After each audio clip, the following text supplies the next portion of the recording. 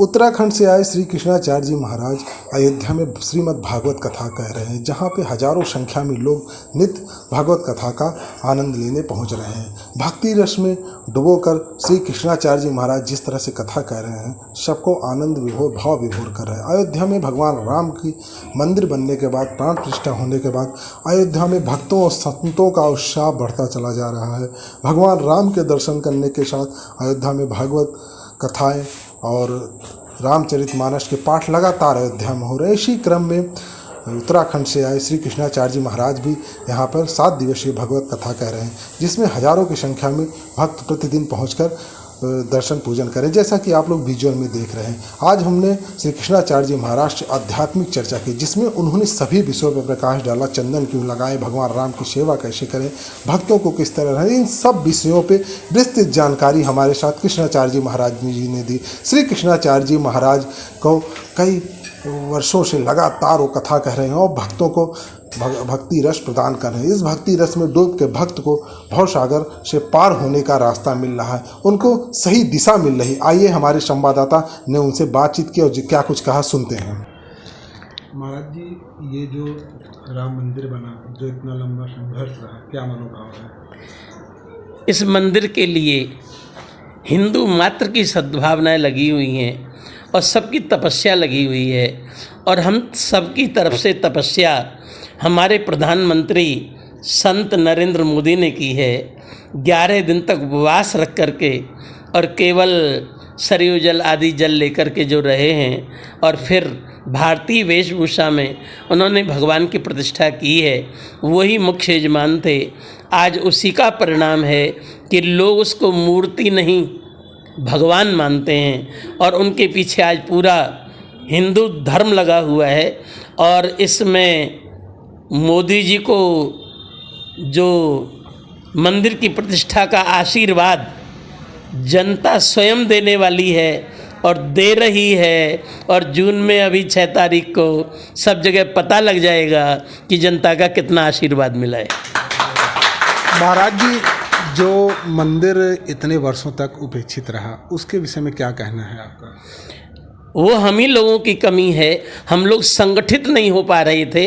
संगठित न होने के कारण, ये अलग अलग जो है विचारधाराएं होने के कारण मंदिर नहीं बन पा रहा था।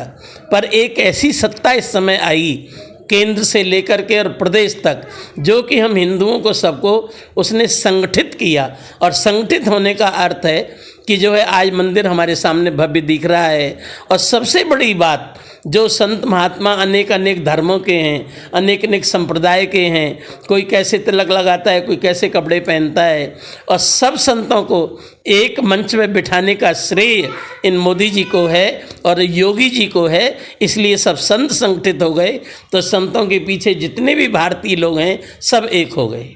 महाराज जी, आपने माथे पे तिलक लगाया है, इस तिलक का क्या महत्व, तिलक के बारे में थोड़ा जानकारी दीजिए, जो हमारे श्रद्धालु हो जान सके कि तिलक का क्या महत्व है। हाँ, आपने तिलक के बारे में पूछा है, पर हम आपसे यही कहना चाहते हैं, पहले पत्रकार लोग और पूरी दुनिया बतावे कि राम जी यहाँ विराजमान हुए हैं, उनको कौन सा तिलक लगा हुआ है। इसीलिए यही तिलक राम जी का है, और राम जी का तिलक होने के कारण हमारे सब संत लगाते हैं और सभी भक्त लगाते हैं। नहीं राम जी को और कोई तिलक लगाया जाता तब प्रश्न उठता, पर ये राम जी का तिलक है, इसलिए हम सब लोग पहले से लगाते हैं। फिर भी महाराज जी, तिलक का कुछ एक विशेष महत्व होता है, जिसका वैज्ञानिक कारण, शास्त्रीय कारण है।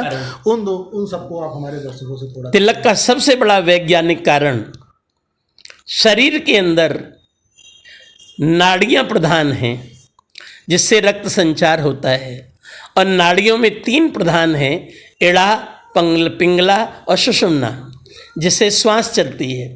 पिंगला जो सुषुम्ना नाड़ी है, इसी से श्वास निकल के और ब्रह्मांड से परमात्मा के यहाँ जाता है, और कोई रास्ता नहीं है। इसी को लोग कुंडली जागरण कहते हैं। हम लोग रोज़ तिलक लगाते हैं, ऐसा खड़ा खड़ा तिलक, इसी से कुंडली जागरण हो जाता है और वो जीव भगवान को प्राप्त कर लेता है। अब प्रश्न ये उठेगा, क्या जरा सा तिलक लगाने से कुंडली जागरण हो जाती है?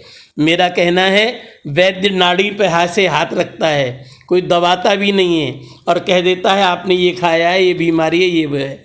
जब जरा सा छूने से नाड़ियों का ज्ञान हो जाता है तो जरा सा छूने से सुषुम्ना नाड़ी जागृत हो जाती है, एड़ा और पिंगला शांत हो जाती हैं और बीच में सुषुम्ना नाड़ी जग जाती है और वो ब्रह्म प्राप्ति करता है। अच्छा महाराज जी, कुछ लोग जो त्रिपुंड लगाते हैं उसका क्या महत्व है और जो आपने लगाया उन दोनों में क्या डिफरेंस है? कुछ इस पे भी अपना प्रकाश डालिए। मैं अपने सब्जेक्ट का वैज्ञानिक हूँ, मैं अपने बारे में बता सकता हूँ। अब जैसे कि जो रिसर्च करने वाले हैं साइंस वाले, वो कॉमर्स के बारे में क्या बताएंगे और कॉमर्स वाले डॉक्टरी के बारे में क्या बताएंगे। जो जिसका सब्जेक्ट है वो बताता है।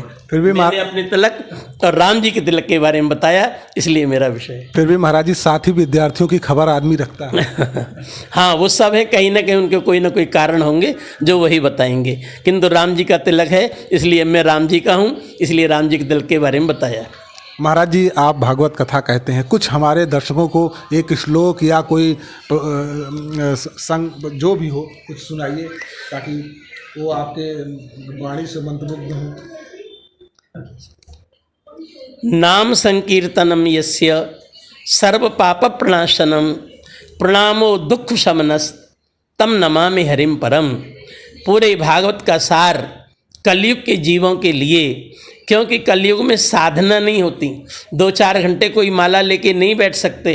साधु महात्मा बैठ सकते हैं पर सब गृहस्थ नहीं बैठ सकते। उनके लिए एक ही बात भागवत में बताई, तुम नाम संकीर्तन करते रहो। नाम संकीर्तन माने काम करते रहो, भगवान का नाम जप करते रहो।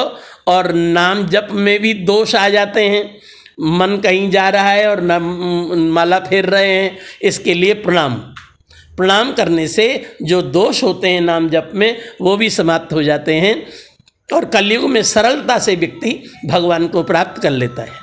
महाराज जी, आपके साथ तमाम भक्त आए हैं, उत्तराखंड से आए, दिल्ली से आए, जो हमें जानकारी मिली है सैकड़ों की संख्या में भक्त आए हैं। अयोध्या में जो आगे राम भक्त आने वाले हैं उनको आप क्या संदेश देना चाहेंगे या क्या कहें? अयोध्या में जो भी राम भक्त आ रहे हैं, हम सबके लिए एक ही संदेश देना चाहते हैं, भगवान श्री राम के चरित्र से वो शिक्षा लें। और नवयुवक जो बालक हैं उनके लिए हमारा इतना ही कहना है, क्या राम जी ने अपने माता पिता की आज्ञा का पालन किया है। ये आजकल की जो नई पीढ़ी है वो कोई ऐसा काम न करें जिससे माता पिता को कष्ट हो, यही संदेश। महाराज जी, आप उत्तराखंड से आते हैं, उधर से सरजू जी भी आती हैं।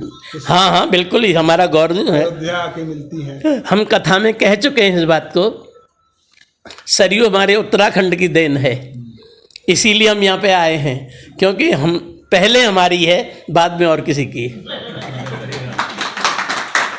महाराज जी, उत्तराखंड भी पहले यही का था, उत्तर प्रदेश का नहीं। उत्तराखंड हिमालय का, वो तो हिमालय है, वो तो पहले से अलग था। भले ही तुम्हारी संस्कृति ने उसको उत्तर प्रदेश में रख लिया हो, पर हिमालय था पहले से ही। हमने सुना है आप अपने भक्तों को कहें रोज सरजू स्नान करो, सुबह पहले सरजू स्नान करना है।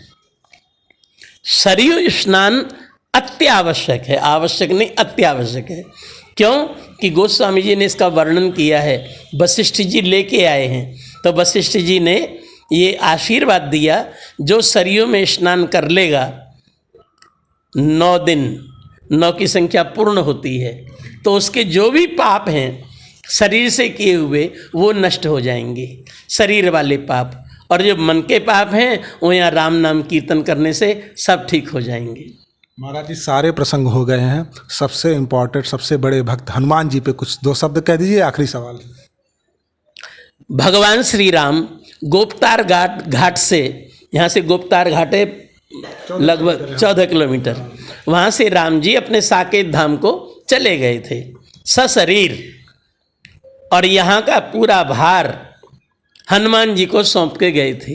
इसलिए हनुमान जी ऊपर विराजमान है। जो भी अयोध्या आएगा, भगवान की कृपा प्राप्त करना चाहेगा, वो हनुमान जी के आशीर्वाद से ही प्राप्त करेगा, और कोई दूसरा रास्ता ही नहीं है। राम द्वारे तुम रखवारे, होतन आज्ञा बिनु पैठारे। बिना उनकी आज्ञा के कोई राम जी के यहाँ जा ही नहीं सकता। बहुत बहुत धन्यवाद महाराज जी आपका।